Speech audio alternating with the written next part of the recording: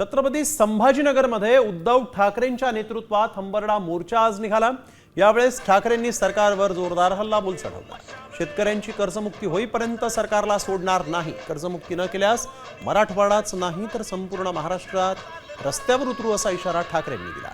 तर ठाकरेंना रस्त्यावर उतरण्याची वेळ येऊ देणार नाही असं उत्तर फडणवीसांनी दिलंय।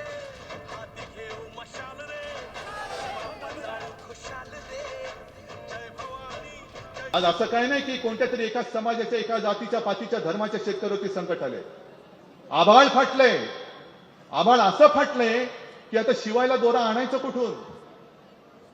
आज हंबरडा मोर्चा नाहीये, हा इशारा मोर्चा आहे। सरकारला आम्ही इशारा देतो आहोत की जर तुम्ही कर्जमुक्त केलं नाहीत तर आम्ही फक्त मराठवाडा नाही तर अख्खा महाराष्ट्रातल्या शेतकरी रस्त्यावरती उतरून तुमचा विरोध केल्याशिवाय राहणार नाही। अख्ख्या महाराष्ट्रातल्या शेतकऱ्याला मी आवाहन करतो। मदत मिळणं सुरू झालेलं आहे। आम्ही आत्ता त्या संदर्भात निधीची जी काही आवश्यकता होती त्याचा पहिला टप्पा ऑलरेडी दिलेला आहे, दुसरा टप्पा देखील तात्काळ आम्ही देतो आहोत।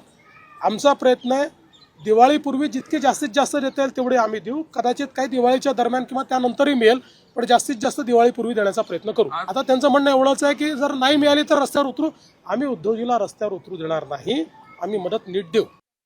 आता isakal.com आहे देशातील नंबर 1 ची मराठी न्यूज वेबसाईट। प्रत्येक अपडेटसाठी isakal.com ला नक्की भेट द्या।